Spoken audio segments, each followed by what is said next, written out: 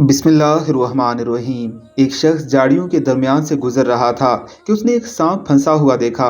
सांप ने उस आदमी से मदद की अपील की। उस आदमी ने लकड़ी की मदद से सांप को बाहर निकाला।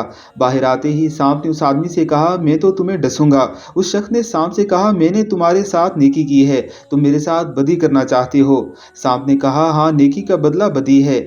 उस आदमी ने कहा, चलो किसी से फैसला करा लेते हैं। वो एक गाय के पास गए, उसको सारा वाकया सुनाया और फैसला करने को कहा।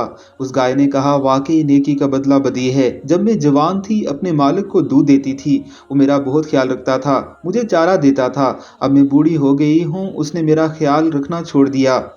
ये सुनकर सांप ने कहा, अब तो मैं डसूंगा। उस आदमी ने कहा, चलो एक और फैसला ले लेते हैं। सांप मान गया।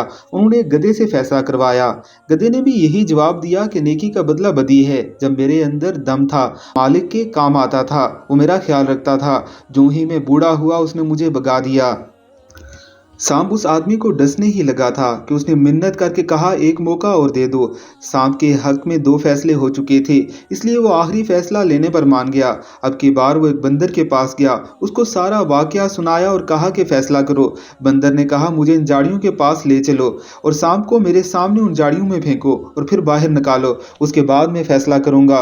वो तीनों इन झाड़ियों के पास चले गए। उस शख्स ने सांप को झाड़ियों के अंदर फेंक दिया और फिर बाहर निकालने ही लगा था कि बंदर ने मना कर दिया और कहा, इसको मत निकालो, ये नेकी के काबिल नहीं है और ना था। जरा गौर कीजिए कि वो बंदर उस आदमी से ज्यादा अक्लमंद था। इस तरह हमें भी बार बार एक ही तरह के सांप मुख्तलिफ नामों और तरीकों से डसते हैं, लेकिन हमें ख्याल ही नहीं आता कि ये सांप है। उसके साथ नेकी और हमदर्दी करना खुद को मुश्किल में डालने के बराबर है। इसलिए भाइयों, आप भी ख्याल कीजिए कि कहीं आपके इर्द गिर्द भी इस तरह के इंसान नुमा सांप तो नहीं हैं।